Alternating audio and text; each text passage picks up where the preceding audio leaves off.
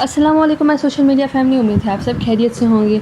आज हम first year की बायोलॉजी पढ़ने वाले हैं, उसका इंट्रोडक्शन पढ़ेंगे चैप्टर 1 और चैप्टर 1 आज कंप्लीट भी कर देंगे। चैप्टर 1 की हम 1.1, 1.2, 1.3 और 1.4 डिस्कस करेंगे। बहुत ही ईजी है, कोई ज़्यादा कॉम्प्लिकेटेड बात नहीं। तो चलिए स्टार्ट करते हैं। पहले हम बायोलॉजी के नाम से स्टार्ट करते हैं। तो बायोलॉजी है क्या? BIOS means life, logos means discourse या फिर स्टडी हम कह सकते हैं। लॉजी का मतलब होता है स्टडी। अच्छा, पहले लिविंग ऑर्गेनिजम्स पहले जो थे वो 2 किंगडम में डिवाइड किए हुए थे ना, क्लासीफाई किए हुए थे। तो वो प्लांट किंगडम था और एनिमल किंगडम था। प्लांट किंगडम में जो प्लांट्स होते थे, plants were studied under the subdivision of botany and animals were studied under the subdivision of zoology. अब बात करते हैं हम modern system of taxonomy 5 kingdom system की। According to the modern system of taxonomy 5 kingdom system, उसमें पहले हम basics cover करते हैं। तो बेसिक्स क्या है कि जो वर्ड्स वहाँ पर इस्तेमाल होंगे वो आपको पता होना चाहिए कि वो कौन सी उसकी डेफिनेशन क्या है ना, तो वो आपको पता होना चाहिए। पहले हम प्रोकैरियोट्स की बात करते हैं। प्रोकैरियोट्स आर दोज ऑर्गेनिजम्स जिनकी न्यूक्लियर मेम्ब्रेन एब्सेंट होती है। उनकी सेल में न्यूक्लियर मेम्ब्रेन नहीं होती, उनका एक स्पेसिफिक शेप में न्यूक्लियस नहीं होता। और जो है यूकैरियोट्स की बात करते हैं तो यूकैरियोट्स वो ऑर्गेनिजम्स होते हैं जिनकी न्यूक्लियर मेम्ब्रेन प्रेजेंट होती है और उनका nucleus with in a shape होता है, बहुत अच्छी, मतलब एक ओवल यहाँ पर स्फेरिकल शेप में, मतलब शेप में होता है, ऐसे इरेगुलर नहीं होता। उसके बाद हम बात करते हैं यूनिसेलुलर की। यूनिसेलुलर वो ऑर्गेनिजम्स होते हैं जिनकी बॉडी में सिर्फ एक ही सेल होता है। और मल्टीसेलुलर वो ऑर्गेनिजम्स होते हैं जिनकी बॉडी में सिर्फ एक से ज़्यादा सेल्स हो, वो होते हैं मल्टीसेलुलर। अब बात करते हैं क्लोरोफिल। क्लोरोफिल होती है हमारे पास पिगमेंट होती है जो ग्रीन कलर की होती है और उसका काम ये होता है कि वो कैप्चर करे सनलाइट को। तो जब हम बात करते हैं क्लोरोफिल की तो हमारे जहन में सबसे पहले प्लांट्स ही आते हैं ऑब्वियसली। तो नॉन क्लोरोफिल मतलब जिनमें क्लोरोफिल ना हो वो ऑर्गेनिजम्स, और क्लोरोफिलस वो जिनमें क्लोरोफिल हो। अब बात करते हैं हेटेरोट्रॉफ्स की और ऑटोट्रॉफ्स की। हेटेरोट्रॉफ्स वो ऑर्गेनिजम्स होते हैं they can not prepare their own food by their self. जैसे वी आर ह्यूमन बींग्स, हम भी अपना फूड खुद नहीं बना सकते, कोई मेहनत किए बगैर खुद ही बैठे बैठे कहीं पर नहीं बना सकते ना फूड। तो ऑटोट्रॉफ्स वो ऑर्गेनिजम्स होते हैं जो कि बैठे बैठे भी बना सकते हैं। जैसे हमारे पास फोटोसिंथेटिक ऑटोट्रॉफ हैं, प्लांट्स वगैरह हो गए, दे आर फोटोसिंथेटिक ऑटोट्रॉफ्स। अब बात करते हैं सेल वॉल की। सेल वॉल क्या होता है कि वो आउटर मेम्ब्रेन होती है सेल की, जो कि फुली परमिएबल होती है, वो शेप देती है सेल को, और वो ज़्यादातर वो सिर्फ प्लांट्स में और कुछ अदर ऑर्गेनिजम्स में पाई जाती है और वो एनिमल्स में नहीं होती, ये आपने ज़रूर पढ़ा होगा। अब बात करते हैं हम किंगडम प्रोकैरियोटिक की। किंगडम प्रोकैरियोटिक को हम कहते हैं किंगडम मुनीरा भी कहा जाता है। इसमें इंक्लूड हम कर देते हैं ऑल द प्रोकैरियोट्स, सारे प्रोकैरियोट्स इसमें आ जाते हैं। जैसे एग्जांपल में हमारे पास बैक्टीरिया है, साइनोबैक्टीरिया है।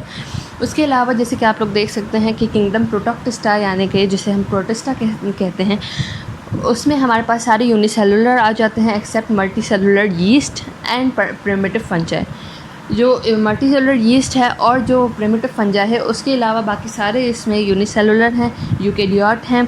यूनिसेलुलर मैंने आपको पहले ही बता दिया था, इन सब की डेफिनेशंस फिर से गो थ्रू कीजिएगा और डेफिनेशंस पर ज़रूर गौर कीजिएगा, तभी आपको ये अच्छे से समझ आएंगे। यूनिसेलुलर और फिर ये यूकैरियोटिक होते हैं। अच्छा, किंगडम प्रोटोक्टिस्टा में वो ऑर्गेनिजम्स होते हैं which are no longer classified as animal, plant और फंजाई, यानी कि उनकी प्रॉपर्टीज़ ना ही एनिमल से मिलती हैं, ना ही प्लांट से, ना ही फंजाई से, उनकी टोटली डिफरेंट प्रॉपर्टीज़ होती हैं। तो उन्हें अलग से एक किंगडम में रख दिया गया है जिन्हें कहते हैं किंगडम प्रोटोक्टिस्टा या फिर किंगडम प्रोटिस्टा। अब बात करते हैं किंगडम फंजाई की। किंगडम फंजाई में सारे नॉन क्लोरोफिलस ऑर्गेनिजम्स आ जाते हैं जिनमें क्लोरोफिल ना हो।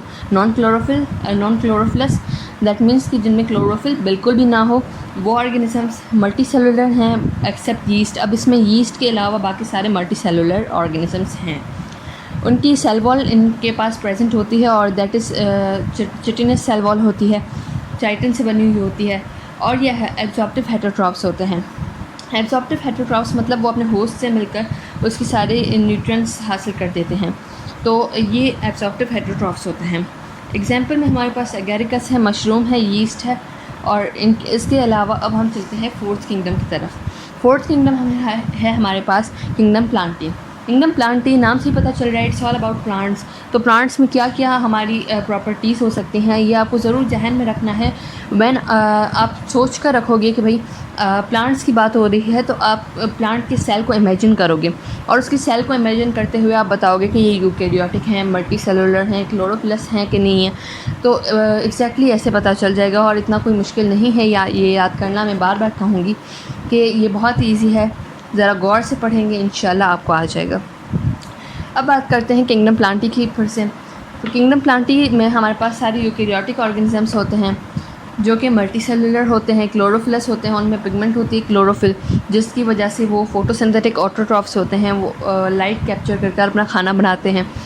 सेल वॉल उनकी सेलुलोज से बनी हुई होती है, और जो है ये हेटेरोट्रॉफिक अल्टरनेशन ऑफ जनरेशन होती है। हेटेरोमॉर्फिक अल्टरनेशन ऑफ जनरेशन का मतलब है कि उनकी जनरेशन बार बार चेंज होना। हेटेरोमॉर्फिक मींस कि उनकी जो मॉर्फिक मींस शेप, ठीक है, तो हेटेरो मींस डिफरेंट, उनकी डिफरेंट शेप होती है डिफरेंट जनरेशन में। तो ये हम आगे जाकर चैप्टर 9 में पढ़ेंगे, तो ये मैं आपको चैप्टर 9 में एक्सप्लेन करूँगी, मगर फ़िलहाल ये एज अ की पॉइंट है तो आप इसे याद कर सकते हैं। एग्जाम्पल में यहाँ पर हमारे पास मॉस है, पाइन है, एप्पल है, और भी बहुत से एग्जांपल्स हम ले सकते हैं, जैसे पाइन एप्पल हो गया, एवरीथिंग, मतलब कोई भी आप एग्जांपल ले सकते हैं। और अब बात करते हैं last but not the least kingdom की, किंगडम एनिमेलिया। किंगडम एनिमेलिया में हमारे पास जैसे नाम से ही पता चल रहा है ऑल द एनिमल्स, तो एनिमल्स के साथ हमारा भी इंक्लूड यहाँ पर ही होता है। जो ह्यूमन बींग्स हैं वो भी यहाँ पर ही इंक्लूड होते हैं, क्योंकि हमारा जो सेल है it is much similar to the animal cell. तो वो बिल्कुल मतलब एनिमल सेल की ही तरह से है, क्योंकि जब विटेकर ने इसे क्लासिफाई किया था सारे ऑर्गेनिजम्स को इन 5 किंगडम में, तो उसने ऑब्वियसली सारे प्रॉपर्टीज़ की वजह से ही किया था कि जो सिमिलर प्रॉपर्टीज़ वाले हैं वो एक ग्रुप में आ जाएं। तो यहाँ पर हम बात करते हैं किंगडम एनिमेलिया की, जिसमें यूकेरियोटिक ऑर्गेनिजम्स हैं, नॉन क्लोरोफिलस हैं, मल्टी सेलुलर हैं, और इंजेस्टिव हेटेरोट्रॉफ्स हैं। इंजेस्टिव हेटेरोट्रॉफ्स जो कि खुद खाना ना बना सके ना, नो सेल वॉल, उनकी कोई सेल वॉल नहीं होती। और एग्जांपल में हाइड्रा, ह्यूमन, या फिर आप पिजन ले सकते हैं, कोई भी एग्जांपल आप ले सकते हैं। चलें तो अब बात करते हैं मॉलिक्यूलर बायोलॉजी की। ये सारी हमारे पास यहाँ पर बायोलॉजी की हमारे पास सब डिविजन्स दी हुई हैं, सब क्लासेस इसकी, जो कि अलग से फील्ड्स हैं। मॉलिक्यूलर बायोलॉजी की बात करें तो वो स्ट्रक्चर और फंक्शन की बात होती है। यहाँ पर structure and function of molecules, जो कि सेल के स्ट्रक्चर बनाने में हेल्प करते हैं, उनकी स्ट्रक्चर और फंक्शन की बात हो रही है यहाँ पर। तो उसकी स्टडी को हम कहते हैं मॉलिक्यूलर बायोलॉजी। अब बात करते हैं माइक्रोबायोलॉजी की। तो माइक्रोबायोलॉजी में हम माइक्रो ऑर्गेनिजम्स के बारे में पढ़ते हैं, जो कि micro means very small, very tiny, जो कि हम अपने नेकेड आई से नहीं देख सकते। उन ऑर्गेनिजम्स के बारे में पढ़ते हैं जिन्हें हमें देखने के लिए माइक्रोस्कोप की ज़रूरत होती है। जैसे एग्जांपल में हमारे पास वायरसेस आ गए, बैक्टीरिया आ गए, ETC। अब हम बात करते हैं इन्वायरमेंटल बायोलॉजी की, जिसका दूसरा नाम है इकोलॉजी। तो इन्वायरमेंट के इफ़ेक्ट्स ऑर्गेनिज्म पर, उसकी स्टडी को हम कहते हैं इन्वायरमेंटल बायोलॉजी। अब मरीन बायोलॉजी की बात करते हैं। मरीन बायोलॉजी में ऑर्गेनिजम्स जो कि सी या ओशन में रहते हैं, उनकी बात हो रही है। उनकी physical and chemical characteristics of environment की स्टडी को हम कहते हैं मरीन बायोलॉजी। अब बात करते हैं फ्रेश वाटर बायोलॉजी की। फ्रेश वाटर बायोलॉजी में हमारे पास फ्रेश वाटर ऑर्गेनिजम्स आ जाते हैं जो कि फ्रेश वाटर में रहते हैं। उनके physical and chemical characteristics affecting it, उनके बारे में स्टडी करना कि कौन से फिज़िकल एंड केमिकल कैरेक्टरिस्टिक्स उन पर इफ़ेक्ट कर रहे हैं और कौन से अफेक्ट कर रहे हैं, उनके बारे में पढ़ना, उस स्टडी को हम कहते हैं फ्रेश वाटर बायोलॉजी। अब बात करते हैं पैरासिटोलॉजी। पैरासिटोलॉजी पहले हम समझ लेते हैं पैरासाइट्स क्या होते हैं। तो पैरासिटोलॉजी के पहले हम मीनिंग समझ लेते हैं। Para means beside, sitos means food and logos means science और स्टडी। तो हम यहाँ पर बात कर रहे हैं बिसाइड फूड साइंस की। तो यहाँ पर पैरासाइट्स का मतलब होता है, पैरासाइट्स हमारे पास वो ऑर्गेनिजम्स होते हैं जो अपना खाना खुद नहीं बना सकते, वो दूसरे पर डिपेंडेंट होते हैं और दूसरे पर डिपेंडेंट दूसरे जो होस्ट होता है उसे हार्म करते हैं और ख़ुद उसके सारे न्यूट्रिएंट जैसे हम एग्जांपल में कह सकते हैं कि न्यूट्रिएंट्स, उसके सारे न्यूट्रिएंट्स खुद लेकर खुद बेनिफिट हासिल करते हैं और हार्म करते हैं होस्ट को, तो वो कहलाते हैं पैरासाइट्स। तो पैरासाइट्स की स्टडी, उनकी लाइफ साइकिल की स्टडी, उनकी मोड ऑफ ट्रांसमिशन की स्टडी और उनकी इंटरेक्शन विद होस्ट की स्टडी को हम कहते हैं पैरासिटोलॉजी। अब बात करते हैं हमारे पास ह्यूमन बायोलॉजी की। ह्यूमन बायोलॉजी में ह्यूमन की एवोल्यूशन, एनाटॉमी कहते हैं बॉडी की स्ट्रक्चर या फिर उसका इंटरनल वर्किंग वगैरह, तो उसके बारे में स्टडी करना, फिजियोलॉजी, हेल्थ और इनहेरिटेंस के बारे में स्टडी करने को हम कहते हैं ह्यूमन बायोलॉजी, यानी कि वो ह्यूमन के बारे में पढ़ा जा रहा है। Now it is social biology. Social biology की अगर बात करें तो स्पीशीज़ जैसे होते हैं तो उनकी इंट्रैक्शन विद डिफरेंट पॉपुलेशन की बात करें तो species interaction with different population की स्टडी को हम कहते हैं सोशल बायोलॉजी, यानी एक स्पेशी के इंट्रैक्शन जो दूसरे पॉपुलेशन के साथ हो रही है, दूसरे स्पीशीज़ के साथ हो रही है, उसकी स्टडी को हम कहते हैं social biology. Last but not the least हम बात करते हैं बायोटेक्नोलॉजी की। Bio means life, technology means system and science. ये साइंस की ब्रांच है, बायोलॉजिकल साइंस की ब्रांच है, जो कि अभी बहुत ही एडवांस ब्रांच है, जिसकी मदद से बहुत से फ़ायदे भी लिए जाते हैं। जो भी बायोलॉजिकल प्रॉब्लम होती है उसकी सोल्यूशन के लिए अच्छी सी यूज़ ऑफ डेटा और and techniques of engineering use की जाती है, जिसकी वजह से उसका हल वगैरह निकाला जाता है। जैसे डायबिटीज़ है, डायबिटीज़ जब इतनी बढ़ गई थी तो उसकी वजह से ये जो बायोटेक्नोलॉजी है उसकी मदद से ही हमने उसके लिए इंसुलिन तैयार की, इंसुलिन बनाई, जो कि हमारे पास इंजेक्शन बहुत ही ईजीली अवेलेबल होती है। अब बात करते हैं लेवल्स ऑफ बायोलॉजिकल ऑर्गेनाइजेशन की। Levels of biological organization are discussed from simplest one to the complex ones. Simplest से ये स्टार्ट होती है कॉम्प्लेक्स तक, और पहला इसका है सबएटॉमिक पार्टिकल्स। फिर इसकी बात करते हैं सबएटॉमिक पार्टिकल्स की। सबएटॉमिक पार्टिकल्स बहुत ही टाइनी होते हैं, वो नज़र नहीं आते नेकेड आई से, जैसे एग्जांपल में हमारे पास इलेक्ट्रॉन्स, प्रोटॉन्स, न्यूट्रॉन्स वगैरह हो गए। ये पार्टिकल्स जो हैं, these particles are combined to make atoms, और atoms are invisible, indestructible, indivisible particles. Example hydrogen atom combined to form molecules. Suppose an atom of hydrogen and an atom of oxygen makes H2O water. जैसे एक atom हमारा हो जाता है oxygen का और एक हमारा हाइड्रोजन का, दोनों मिलकर H2O बनाते हैं, वैसे ही हमारे पास एटम्स कंबाइन कर मॉलिक्यूल्स बनाते हैं। अब मॉलिक्यूल्स जो हैं वो कंबाइन कर ऑर्गेनल्स बनाते हैं। ऑर्गेनल्स बहुत टाइनी सी स्पेसिफिक फंक्शन करने वाली हमारे पास पार्टिकल्स होती हैं, जो कि प्रेजेंट होती हैं सेल में। जैसे एग्जांपल में हमारे पास है माइटोकॉन्ड्रिया, एंडोप्लाज्मिक रेटिकुलम वगैरह वगैरह। अब हम बात करते हैं ऑर्गेनल्स की। ऑर्गेनल्स जो हैं वो कंबाइन करके बनाते हैं सेल जो है वो बेसिक स्ट्रक्चरल फंक्शनल यूनिट है लाइफ का, smallest unit of life exist ही नहीं करती बगैर सेल के, और सेल से ही लाइफ होती है। एग्जांपल में हमारे पास है नर्व सेल। हम नर्व सेल का एग्जांपल ले लेते हैं, फिर आगे उसे ही कंटिन्यू करेंगे ना। तो नर्व सेल, उसके बाद जो सेल्स हैं वो कंबाइन करते हैं टिश्यू बनाने के लिए। जैसे हमारे पास एग्जांपल में आ गया नर्वस टिश्यू जो है वो नर्व सेल्स मिलकर, यानी कि बहुत सारे नर्व सेल्स मिलकर नर्वस टिश्यू बनाते हैं। तो नर्वस टिश्यूज़ मिलकर हमारे पास नर्वस सिस्टम बनाते हैं। तो हम इसे भी पढ़ते हैं कि टिश्यूज़ मिलकर हमारे पास बनाते हैं ऑर्गन्स। तो जब टिश्यूज़ बहुत सारे मिलते हैं, tissues combine to make organs, ठीक है। ऑर्गन्स लाइक हार्ट हो गया हमारे पास, लंग्स हो गए, वैसे ही हमारे पास ब्रेन हो गया, जैसे मैंने अभी बात की कि ब्रेन हमारे पास है। देन ऑर्गन्स जो है वो वर्क टुगेदर करते हैं कि वो ऑर्गन सिस्टम बनाया जाए। जैसे हमारे पास यहाँ पर नर्वस सिस्टम बन गया, तो हमने स्टार्ट किया था नर्व सेल से। नर्व सेल्स मिलकर बनाएंगे नर्वस टिश्यूज़ मिलकर बनाएंगे ब्रेन, और ब्रेन दूसरे ऑर्गन्स के साथ काम कर एक सिस्टम बनाएगा जिसे हम कहेंगे नर्वस सिस्टम। अब बात करते हैं when all the organ systems work together properly, वो वर्क करते हैं एक ऑर्गेनिज्म के अंदर, तो वो एक मल्टीसेलुलर ऑर्गेनिज्म बनता है, जिसे हम स्पीशी भी कहते हैं। मल्टीसेलुलर ऑर्गेनिज्म की बात की जाए, फिर स्पीशी की बात करते हैं। तो मल्टीसेलुलर ऑर्गेनिजम्स मिलकर बनाते हैं स्पीशी क्या है? स्पीशी बहुत ही सिमिलर ऐसे एनिमल्स होते हैं, वो ऑर्गेनिज्म, एनिमल्स भी नहीं ऑर्गेनिज्म कहा जाए तो बेहतर है। ऑर्गेनिजम्स वो ऑर्गेनिजम्स जो कि इंटरप्रीट कर सकें और ऑफस्प्रिंग प्रोड्यूस कर सकें, तो उन्हें कहते हैं हम स्पीशीज़ मिलकर बनाती हैं पॉपुलेशंस।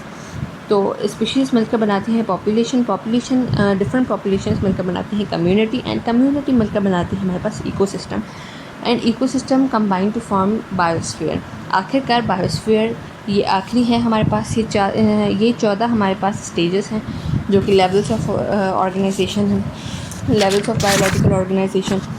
अब हम बात करते हैं लाइन वाइज, फिर से हम रिकॉल करते हैं। पहले हमने बात की थी सब एटॉमिक पार्टिकल्स की, जो हमारे पास एग्जांपल में इलेक्ट्रॉन, प्रोटॉन वगैरह आ गए।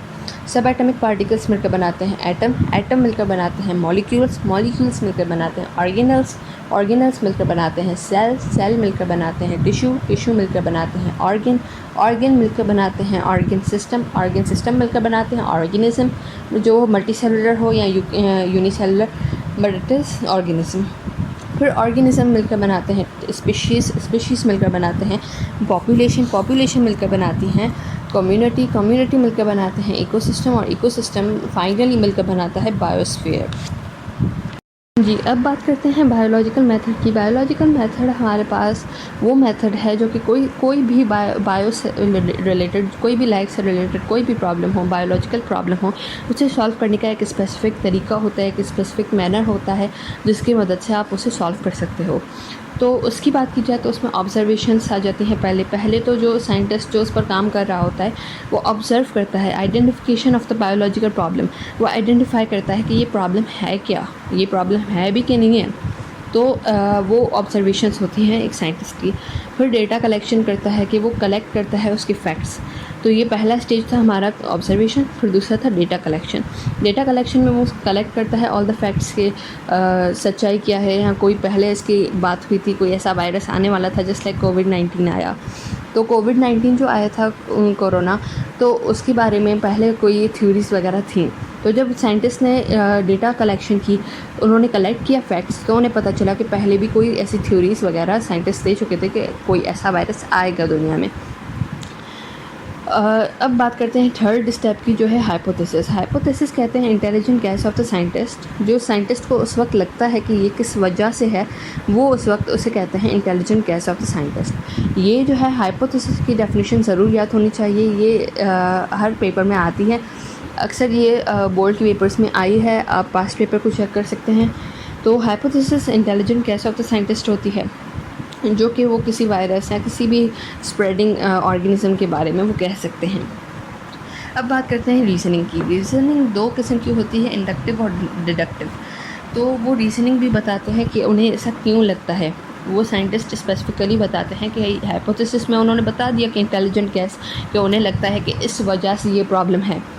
तो वो वजह जो है ना, वो रीजनिंग में बताएंगे कि इस वजह से ये प्रॉब्लम है।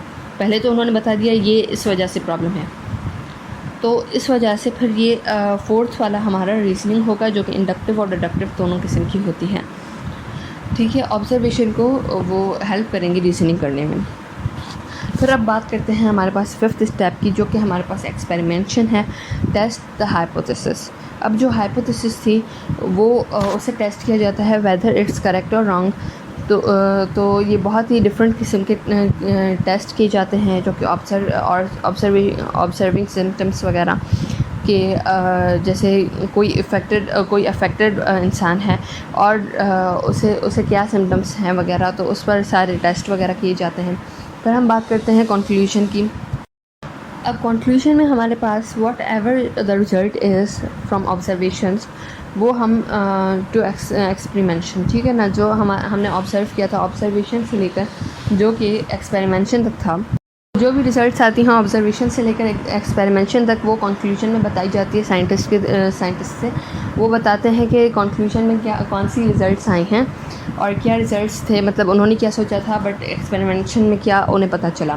फिर थ्योरी की बात करें तो थ्योरी हमारे पास 7th स्टेप है। जब भी कोई एक्सपेरिमेंट होता है तो एक स्टेटमेंट देते हैं ट्रू हाइपोथेसिस के बेसिस पर साइंटिस्ट। जब वो ट्रू हाइपोथेसिस के फॉर्म में देते हैं कोई स्टेटमेंट वगैरह, तो वो कहलाती है थ्योरी। अब थ्योरी जो है वो कई सालों तक अगर वो एक्सेप्ट भी हो जाए और कई सालों तक अगर चेंज ना हो, तो वो हो जाती है लॉ में कन्वर्ट हो जाती है। तो 8th स्टेप है हमारा लॉ। दैट्स इट, ये 8th स्टेप तक है। हम फिर से रिकॉल करते हैं। पहला था हमारा ऑब्जर्वेशन, फिर डेटा कलेक्शन, फिर हाइपोथेसिस, फिर हमारा रीजनिंग था जो कि 2 किस्म की है, इंडक्टिव और डिडक्टिव। फिर हम बात करते हैं 5th स्टेप की, जो है एक्सपेरिमेंशन, फिर 6th स्टेप की जो है कंक्लूजन, 7th स्टेप की जो है थ्योरी और 8th स्टेप की जो है लॉ। अब 1.4 की बात करते हैं, जो कि हमारे पास है applications of biology for the welfare of Mankind. अच्छा, उसकी इसमें इस टॉपिक में हम पढ़ेंगे कि ये बायोलॉजी किस तरह से यूज़ की जाती है। जो भी मैनकाइंड है, जो भी हमारे पास ह्यूमंस आ गए, कोई भी ऑर्गेनिजम्स आ गए, हमारे पास इवन एनिमल्स आ गए, तो उनमें कैसे ये यूज़ की जाती है या कैसे ये हेल्प करती है, उसकी बात करते हैं। इसमें जो हमारे पास पहला आता है वो है इम्यूनाइजेशन। इम्यूनाइजेशन या फिर वैक्सीनेशन की बात की जाए तो वैक्सीन्स हमारे पास होती हैं प्रिवेंट करने के लिए, हमें डिजीज़ से वो प्रिवेंट करती हैं। और जो है वो डिफरेंट वैक्सीन्स होती हैं डिफरेंट डिजीज़ के लिए जो यूज़ होती हैं। हमारे पास जो फर्स्ट डिस्कवर की थी वो की थी एडवर्ड जेनर्स ने, जो कि उसने की थी 1795 में। और जैसे हमारे पास एग्जांपल में अलग अलग से इम्यूनाइजेशन यानी वैक्सीनेशंस वगैरह आ जाती हैं, वो हमारे पास जैसे पोलियो की हमारे पास अवेलेबल है, हेपेटाइटिस की अवेलेबल है, हमारे पास स्मॉल पॉक्स की अवेलेबल है, चिकन पॉक्स की अवेलेबल है। तो ऐसी कई वैक्सीन्स हैं, कई ऐसी होती हैं जो अवॉइड करती हैं, जो कि प्रिवेंट करती हैं, और कई ऐसी हैं जैसे वो हमारे पास चिकन पॉक्स की होती है। चिकन पॉक्स की भी ऐसी होती है बट वो प्रिवेंट नहीं करती, वो मतलब आप अगर लगवाओगे तो आपको हफ़्ता 10 दिन में वो चिकन पॉक्स हो जाएंगे और आपको ख़त्म हो जाएंगी। यानी वो एक ना एक दफ़ा ज़रूर होने होते हैं लाइफ में, तो वो हो जाएंगी। बट वंस आप नहीं लगवाते तो भी कोई मसला नहीं, तो आपको कभी भी कहीं भी किसी भी एज में हो सकते हैं चिकन पॉक्स। अब बात करते हैं हम एंटीबायोटिक्स की। एंटी मीन्स अगेंस्ट और बायोटिक्स मीन्स बैक्टीरियाज। तो बैक्टीरियाज के अगेंस्ट जो मेडिसिन होती हैं जो कि क्योर करती हैं हमें बैक्टीरियम इन्फेक्शन से, जो फाइट करती हैं अगेंस्ट बैक्टीरियाज, तो उन्हें हम कहते हैं एंटीबायोटिक्स। एंटीबायोटिक पहली जो डिस्कवर हुई थी वो हुई थी पेनिसिलिन, जो कि फ़ंगस से ड्राइव की गई थी, और पेनिसिलियम नोटेटम था फंगस का नाम जिससे वो ड्राइव की गई थी पेनिसिलिन। और वो जो साइंटिस्ट थे जिन्होंने इस पर वर्क किया था वो थे फ्लेमिंग, फ्लोरी एंड चेन, जिन्होंने नोबेल प्राइज़ भी उन्हें मिला था 1945 में। अब बात करते हैं बहुत ही अहम टॉपिक की, जो है रेडियोथेरेपी। रेडियोथेरेपी में हमारे पास वो रेडियोएक्टिव रेज़ का इस्तेमाल किया जाता है ट्रीटमेंट करने के लिए या क्योर करने के लिए। जैसे अल्फ़ा, बीटा, गामा आपने ज़रूर पढ़ा होगा केमिस्ट्री में, 9 से पढ़ते आ रहे हैं।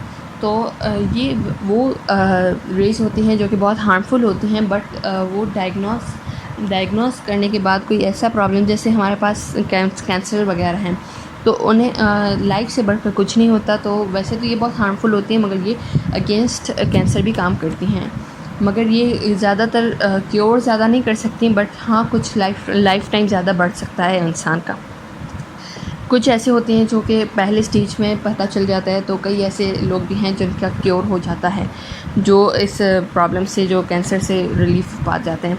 अब हम बात करते हैं कीमोथेरेपी की। कीमोथेरेपी लिटरल मीनिंग है chemo means chemicals and therapy means treatment. तो हम बात कर रहे हैं यहाँ पर केमिकल्स की ट्रीटमेंट की। जो केमिकल्स से हमें ट्रीटमेंट दिया जाता है वो भी मेडिसिन ही होती हैं। These medicines are very harmful but somehow useful to cure diseases such as cancer, brain tumors, etc. तो जैसे रेडियोथेरेपी में हमारे पास रेडियोएक्टिव रेज वगैरह थी, तो यहाँ पर कीमोथेरेपी में हमारे पास वो मेडिसिन्स वगैरह हैं जो कि केमिकल्स वगैरह जो कि इस्तेमाल की जाते हैं किसी भी डिज़ीज़ को क्योर करने के लिए। अब हमारे पास बात हो रही है हाइड्रोपोनिक्स की। हाइड्रोपोनिक्स हमारे पास the literal meaning of hydro means water and ponos means work. तो वाटर के वर्क को हम कहते हैं hydroponics. So it's useful for the barren lands. Barren lands वो होती हैं जो बंजर लैंड्स होती हैं, बंजर हमारे पास ज़मीनें होती हैं। जैसे अक्सर आपने सुना होगा कि बलूचिस्तान की जो लैंड है वो बंजर है, वो बैरन लैंड है। तो वहाँ पर जो है हमारे पास बैरन लैंड है, जिसकी वजह से हमारे पास वहाँ पर कोई सब्ज़ियाँ वगैरह उग नहीं सकती या फिर कम उगती हैं। कई ऐसी जगहें भी हैं जो बैरन नहीं हैं, तो इस वजह से ये भी आपने सुना होगा। तो ये बैरन लैंड के लिए बहुत ही यूज़फुल टेक्निक है हाइड्रोपोनिक्स की। इसमें क्या होता है, ये एरेटेड सॉल्यूशन से वो ग्रो करते हैं, बहुत ही ज़्यादा मिक़दार में प्लांट्स को ग्रो किया जाता है। वो जैसे कोई ऐसी बैरन लैंड होती क्यों है ये आपको बताती चलूँ। बैरन लैंड इस वजह से होती है जब आपकी ज़मीन जो है उसमें टोटल जो भी रिक्वायरमेंट्स हैं प्लांट की, जैसे लाइक उसे नाइट्रोजन भी चाहिए, दूसरे भी हमारे पास केमिकल्स वगैरह, दूसरे भी सब्सटेंसेस जो कि इम्पॉर्टेंट हैं वो चाहिए उसे।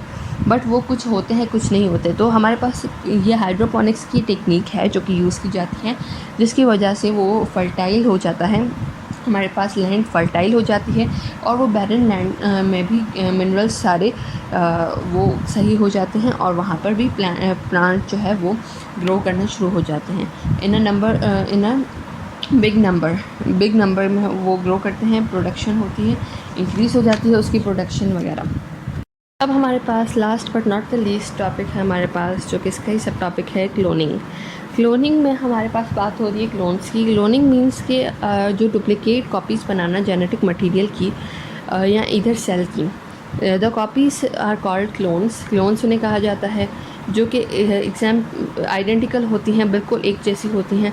जैसे नेचुरल क्लोनिंग में हमारे पास एग्जांपल आती है आइडेंटिकल ट्विंस की, ट्रिपलेट्स की। जैसे हम ट्विंस ह्यूमंस में पैदा होते हैं। तो अब हम बात करते हैं क्लोनिंग की। क्लोनिंग आर्टिफिशियली भी की जाती है जो बहुत ही ज़्यादा रेस्ट्रिक्टेड है। तो क्लोनिंग से ये होता है कि जो आर्टिफिशियल की जाती है उसमें हूबहू क्लोन आपके जैसा ही होता है, जो बिल्कुल आइडेंटिकल होता है, जिसका भी डीएनए यूज़ किया जाता है, जेनेटिक मटेरियल यूज़ किया जाता है, बिल्कुल उसी की तरह होता है। क्या होगा कि जिसका भी क्लोन बनाना चाहते हैं उसका डायप्लॉइड सेल हम उठाएंगे जिसमें हमारे पास 46 क्रोमोसोम्स हों, वो हम सेल उठाएंगे और फिर उसे हम ओवम में प्लेस कर देंगे।